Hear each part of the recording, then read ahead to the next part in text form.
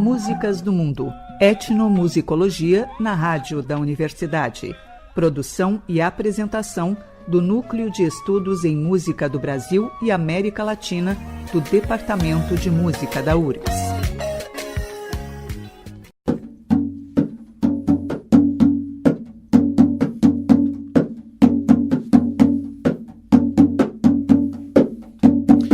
Pedro Acosta, músico, professor e doutorando em etnomusicologia. Está começando mais uma edição do programa Músicas do Mundo, etnomusicologia na rádio da universidade. Coordenação e direção geral, professor Reginaldo Gil Braga, e equipe de apresentadores formadas por mestrandos e doutorandos do PPG-MUS e pesquisadores associados. No programa de hoje, teremos aí um bate-papo com Cássio Tambor, percussionista, oficineiro de capoeira, consultor de instrumentos de percussão e ativista cultural, e atualmente está sob sua responsabilidade, o acervo pessoal do músico, poeta e artista plástico Pedro Homero, que faleceu em 2005 e é considerado como um dos grandes nomes da história da luta política e cultural negra em Porto Alegre, no Rio Grande do Sul e no Brasil. Cássio realizou oficinas aí de capoeira junto com o Mestre Churrasco na Associação Comunitária do Campo da Tuca e também da inauguração do Ponto de Cultura Campo da Tuca em 2006, que teve a presença do ilustre ministro da Cultura na época, Gilberto Gil. Além disso, Cássio realiza palestras, oficina, faz exposição do seu trabalho de tambor. Juntamente aí tem grandes nomes que são admiradores do trabalho do Cássio: Pedro Homero, Mestre Borel, Cismar Antunes, Oliveira Silveira, entre outros aí que já viram o trabalho dele nesse longo tempo. Boa noite, Cássio Tambor. Prazer te receber aqui no programa Músicas do Mundo, etnomusicologia na rádio da universidade. Boa noite, Pedro. Tudo bom? Boa noite a todos os ouvintes da rádio da URGS. Então tá, Cássio, vamos fazer um bate-papo então aí, trocando uma ideia um pouco, contando um pouco da tua trajetória aí. Como é que tu... queria que tu contasse para o ouvinte da rádio um pouco da tua vida familiar, pais, mães, de onde vem tua família e quando que o tambor torna-se aí parte do teu nome artístico. Legal, Pedro. Boa pergunta, hein? Então tá. Na verdade, eu sou o segundo filho de 4 irmãos, de família pobre, de origem pobre. Pais que eram adolescentes na década de 70 e que tiveram filhos na pré-juventude ali, pré-adulto. E, na verdade, eu, como era o segundo filho, foi doado para um casal de agricultores de origem negra que morava em Serra dos Nascentes, 24 quilômetros perto de Encruzilhada do Sul. Isso logo após eu deixar de mamar, a mãe não tinha condições, e aí nós morávamos na Tuca, e aí eu fui doado para um casal de agricultores de origem negra, que eram pais da Beth, dali da Tuca, que tem uma creche também. Ah, sim, lembro. Certo? Eram pais dela. Eram pais dela. Pais dela e irmãos delas. E eu fui morar lá com eles, em Serra dos Nascentes, isso.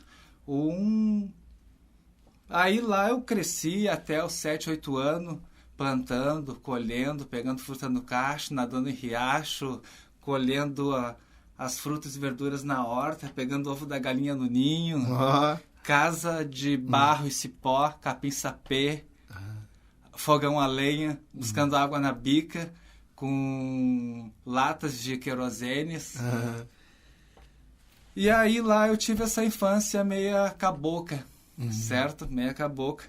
Aos 7, 8 anos eu volto para Porto Alegre, morar com meus verdadeiros pais, que moravam no Campo da Tuca.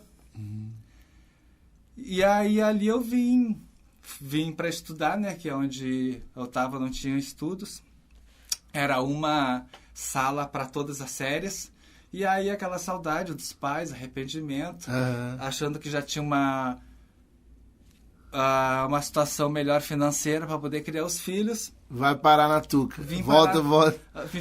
Vim morar na Tuca de novo.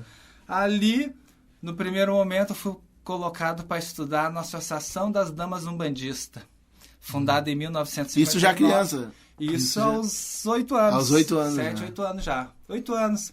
Eu já entrei no colégio meio atrasado. Aqui, o pessoal daquela geração entrava atrasado. Exatamente. Quem fazia aniversário no meio do ano entrava no outro ano. Exato, e aí tu imagina morando pra fora, né? E aí eu vim estudar na Associação das Damas Umbandistas, ali na Dona Fermina, na São José. E ali eu já tive o colégio de turno integral da 1ª à 4ª série. Ficava na creche, depois tinha o colégio e tu não saía dali, entrava de manhã e saía de noite. Da 1ª à 4ª série eu estudei ali na Associação das Damas Umbandistas. E aí tu teve contato com... Aí começa... O primeiro, né, recém ali já, pá. Aí depois eu já fui pro Martins, aí já virou um colégio mais, né, aquela coisa de rua, comecei já a ficar na rua. E minha mãe também tinha a avó dela, que era minha avó, né, a mãe da minha mãe, morava ali no beco da Dona Íris. Aí ali tem uma casa de religião antiga também. E aí a minha mãe frequentava, certamente, quando eu era pequeno, eu ia no colo, ia na barriga, entendeu? Aos 7, 8 anos também, 9, 10, a gente ia meio que pelos pais e a mãe carregar os filhos para onde iam. Como eles iam, a gente também ia. Eu também ia. Aí, Cássio se criou no Campo da Tuca, isso 7, 8, 9, 10 anos, já com uma presença cultural do hip hop, do samba, filhos da Candinha, ao lado do pandeiro, certo? Foi as primeiras manifestações culturais que começou. Aí fui b-boy no primeiro momento, treinava na Pracinha da Amizade, isso durou... Aquela turma lá de hip hop. Exatamente. Cheirinho. Isso, Canhão. Aquela turma pesada, aquela turma. O Luciano, Juliano, filho do cara ali que arrumava a TV. E aí E o tambor, quando é que entra o tambor na parada? Quando que tu começa a tocar, assim? No tambor, na verdade, eu começo a primeiro momento aos 13, 14 anos, quando eu fui na terreira por mim mesmo. E aí, porque ali nós morávamos em Porto Alegre, já se tinha um zum, que as boas terreiras estavam em Viamão. Que em Viamão é que tinha ido as grandes terreiras, entendeu? Devido a esse empurrão da sociedade para mais longe, assim como foi o Campo da Tuca. Então, as manifestações religiosas foram para mais longe, que na época Viamão comandava. E eu fui parar numa terreira da Cabocla Jurema, na parada 51 de Viamão, na Querência. Isso dos meus 13 anos até os 22.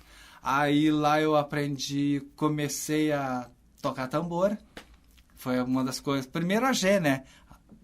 Primeiro cambona, na verdade. Primeiro cambona. Tu fica ajudando a entregar o cigarro, o charuto, a cachaça, o refri. Depois fui pro AG e aí eu consegui chegar no tambor. Chegar no tambor. Que é o estágio maior, né? É o estágio maior ali, dentro das religiões. Isso. Ali o tambor é elemento central, né? Exatamente. É o braço direito da dona da casa. Cássio, tu certamente aí deve ter, pela sua trajetória que tu mostra, aí, um pouco das tuas relações tanto com as religiões de matriz africana, né, quanto com a experiência também musical negra, né? Eu queria te perguntar uma coisa, a gente falar como foi para ti, assim, não sendo negro, mas viver, assim, esse racismo cultural, assim, histórico, assim, que tem origem lá atrás, né, na escravatura, quando a capoeira começou. Como é que foi para ti viver, né, essas experiências e e sentir o racismo aí no Rio Grande do Sul contra as religiões de matriz africana? O que tu pensa aí disso aí? Na verdade, sentir mesmo, eu fui sentir quando eu comecei nessas manifestações políticas aqui fora já, no meio da cidade grande, com os movimentos sociais mais organizados. Porque quando tu tá lá dentro da comunidade, tu é igual. Tu não sente aquilo ali, porque o cara que tu tá do teu lado ali, ele é negro também, e ele passa fome junto contigo, ele toma café junto contigo, entendeu? E aí... Essas diferenças não são gritantes. Não são gritantes, Só quando a gente vai para esse mundo artístico, cultural e capitalismo, ou só de trabalho, é que a gente passa a sentir. E, na verdade, Um pouco a gente dói, um pouco a gente aprende, né? Mas graças a Deus eu tive uma base de pessoas de alta sabedoria, de alta grandeza, que eu pude me alimentar disso. E aí eu tô conseguindo me sair muito bem.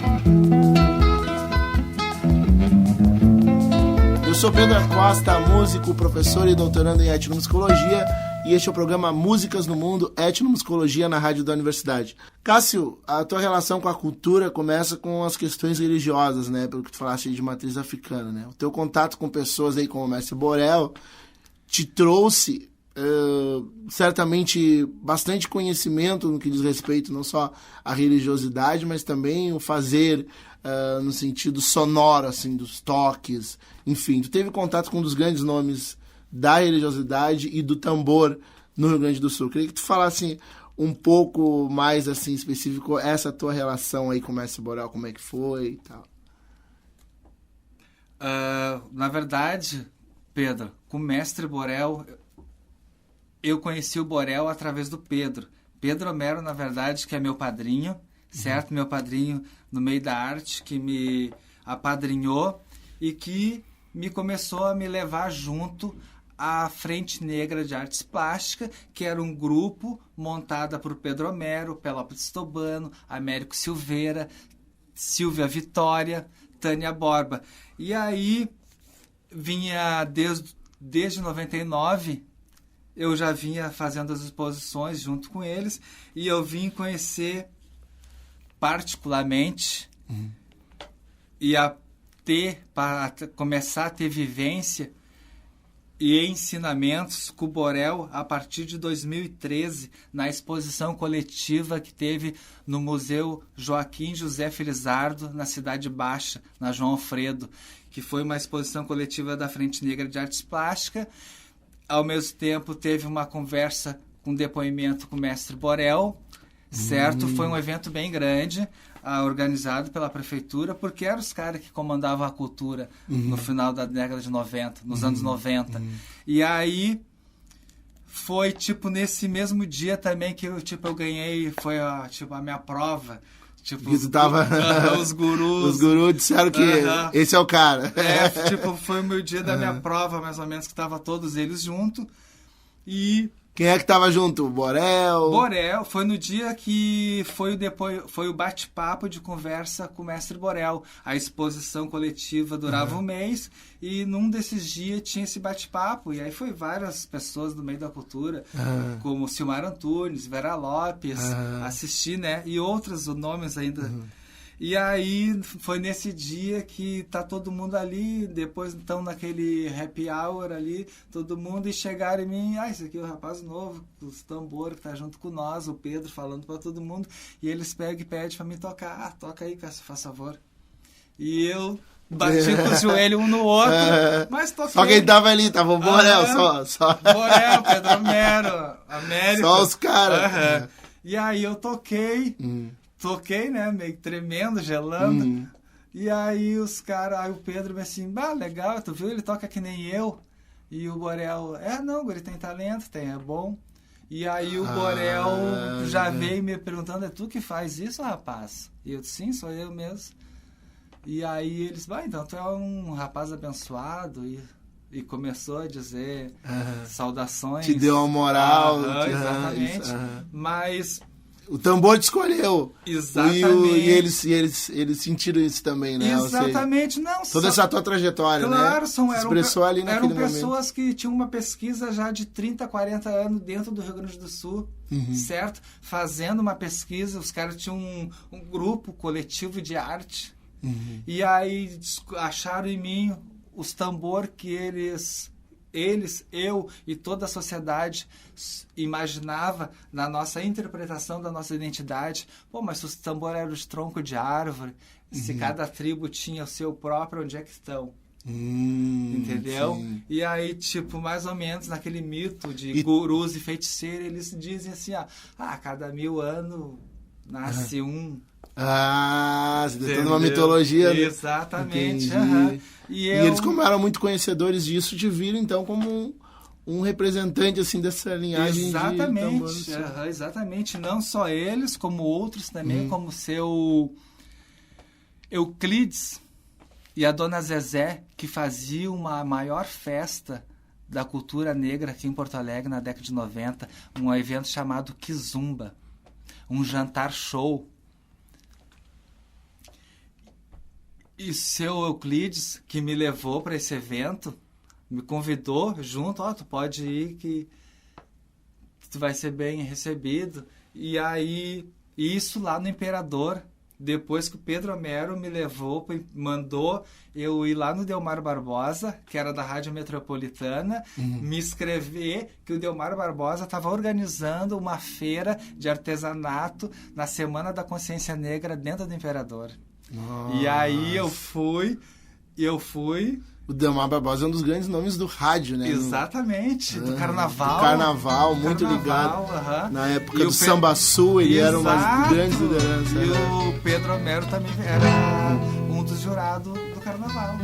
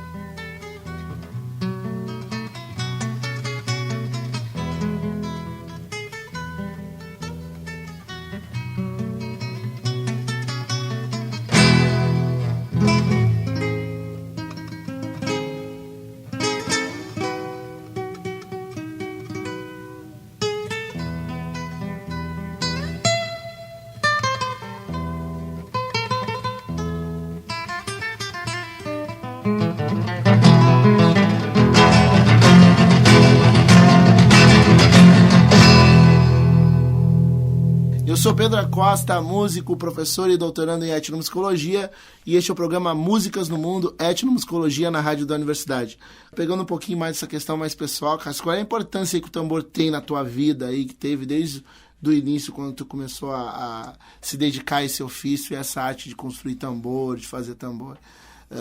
Então eu queria que tu comentasse um pouco, né, com a gente esse ofício assim, religioso, esse lado religioso, mas também bastante técnico. Acho que os dois andam junto. Como é que tu vê essa questão aí do tambor? Que significado tem ele pra ti? Legal, Pedro.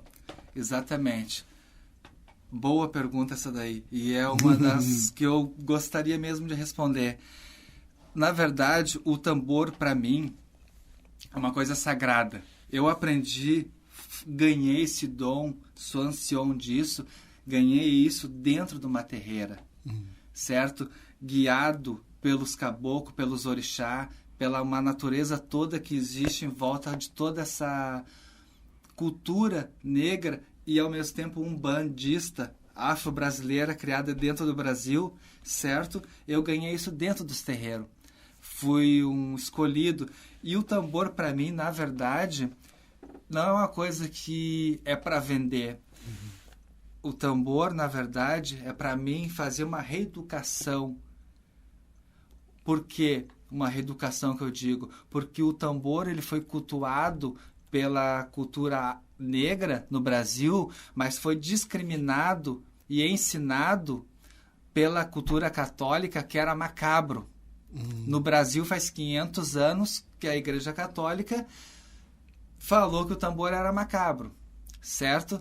Devido às religiões, os negros usarem isso porque fazia parte de pessoas que eram escravizados e eles queriam diminuir, não sabiam ou sabiam, mas era uma maneira de usar e dominar as pessoas, certo?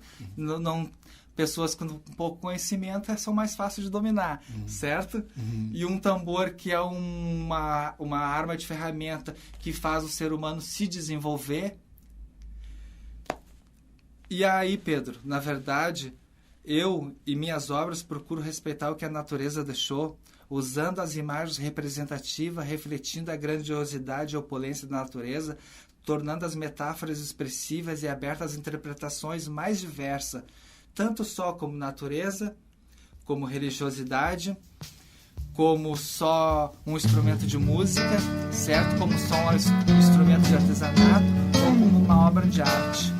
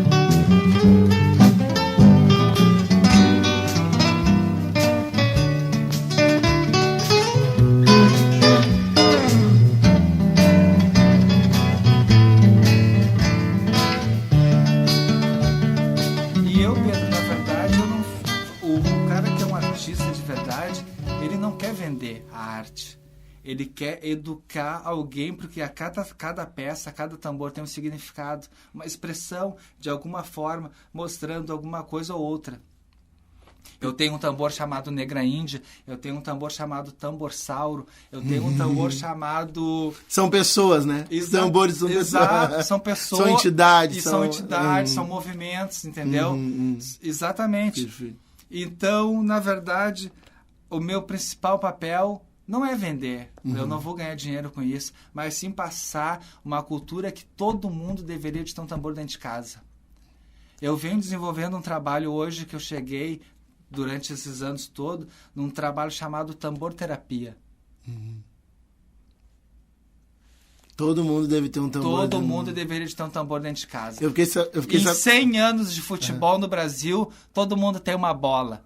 Em 500 anos de tambor dentro do Brasil, poucas pessoas têm um tambor. Interessante tu falar isso aí, porque eu conversei com pessoas assim ligadas a Oliveira Silveira e disseram que ele tinha um tambor em casa. Como essa questão do tambor tem um significado enorme na cultura negra no Rio Grande do Sul, né? Com certeza, um tambor, ele é um orixá. Um tambor foi uma árvore viva, foi um animal vivo. A árvore precisou morrer, o animal precisou morrer, a carne serviu de alimento para o homem, o couro que está ali e a árvore e o tronco que estão ali supostamente morto, na verdade se torna uma simbiose um no outro de dois seres vivos que na natureza nada morre e tudo se transforma. Através da evolução do homem na Terra, nos raios e trovões, e o homem se desenvolvendo na Terra, ele achava que era uma mensagem de Deus e ele precisava inventar um instrumento que ele fosse se comunicar com Deus, que era... E aí o homem inventou o tambor lá na década dos pré-dinossauros, certo? E aí, Pedro, o tambor depois... Ele vem acompanhando a humanidade. Vem acompanhando a humanidade. Vem acompanhando... E a cultura negra, desde a mais tradicional, não tem largado essa experiência tambor, né? Exatamente. Então acho que é um legado que os africanos também deixam. Exato. Não só os africanos, mas principalmente para nós aqui no Brasil, que é os africanos. Mas no Japão, o tambor é sagrado. Na Índia, o tambor é sagrado. Na Indonésia, o tambor é sagrado. Então, países que têm 3, 4, 5 mil anos, o tambor, para eles lá, já é muito mais do que para nós aqui ainda, por enquanto.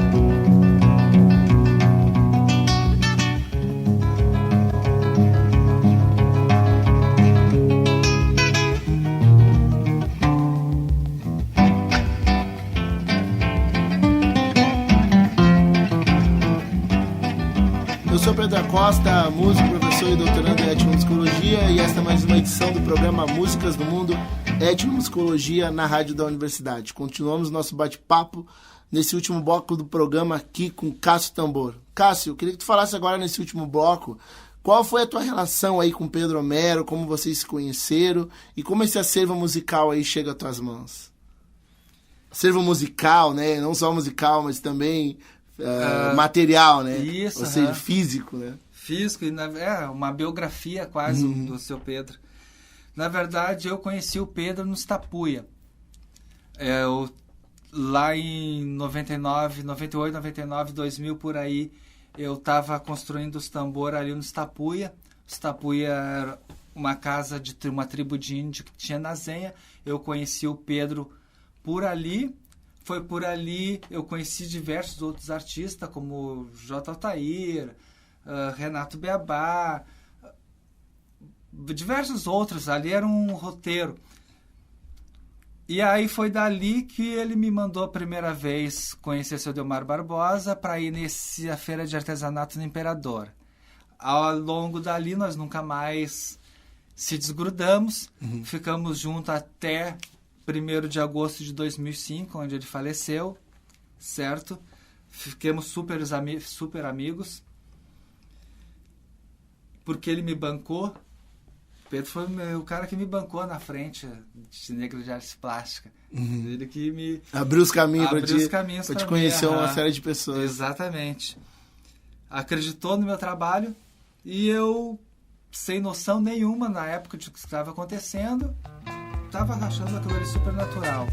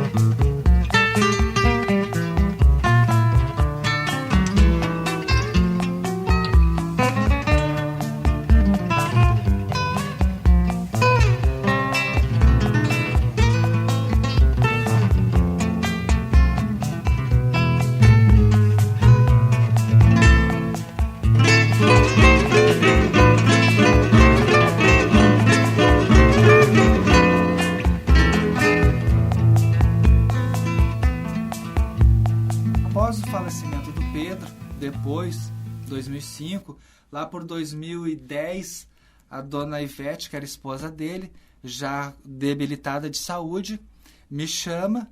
Ela morava em Viamão, na Monte Alegre, e chamou: Cássio, tô passando por um mau momento, não sei quanto tempo eu duro.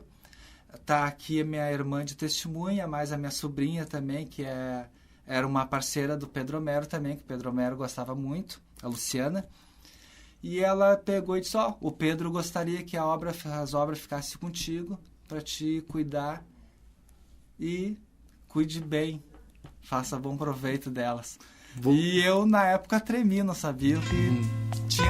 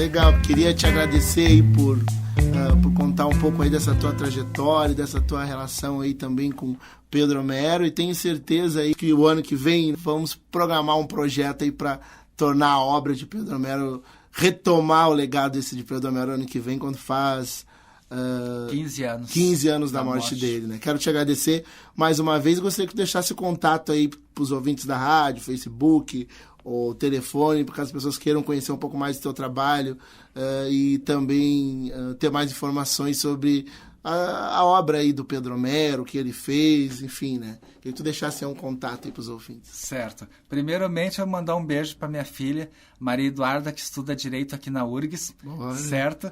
E aí depois vocês podem me encontrar pelo telefone 994 744 6441. Vocês podem pesquisar lá Cássio Tambor também, e pode também agora ir conhecer o nosso espaço, que é o museu com a Sala de Artes Pedro Homero, que fica em Viamão. Esse então foi o programa Músicas do Mundo, Etnomusicologia na Rádio da Universidade, que hoje fica por aqui. Eu sou Pedro Acosta e o programa tem a produção do Grupo de Estudos Etnomus URGS. Até segunda que vem, às 20h30, na Rádio da Universidade.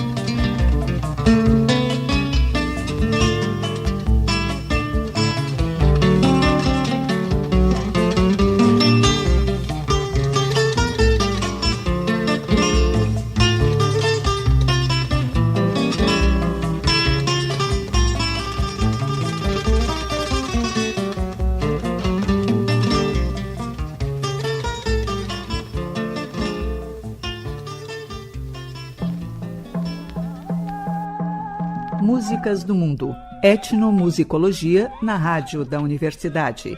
Produção e apresentação do Núcleo de Estudos em Música do Brasil e América Latina do Departamento de Música da URGS.